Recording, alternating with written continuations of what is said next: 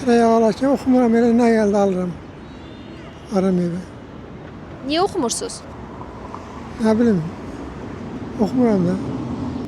Yox, tərkibini oxumuram.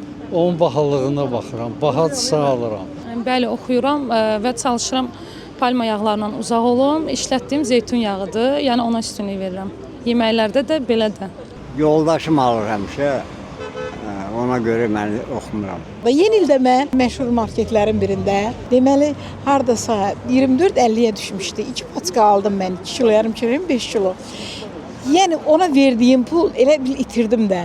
100 neçə manat pul verdim, itirdim o pulu. O yağ bu gün də bizim evimizdə yeyilmir. Çünki onun tərkibində palma yağıdır, margarindir. Bu kağızı xaricdəndir, amma içinin məhsulu tamamilə margarin. Belə tərkibinə baxıram, ximikatları görürəm. Y357 məsələn ən çox belə yayılan ximikatlardan biridir. Çox ziyan vurur bizə. Kərə yağı ümumiyyətcə almırıq. Eldindən nəhrə yağı alırıq işlətməyə də. Bir də bitki yağı olaraq da zeytun yağı.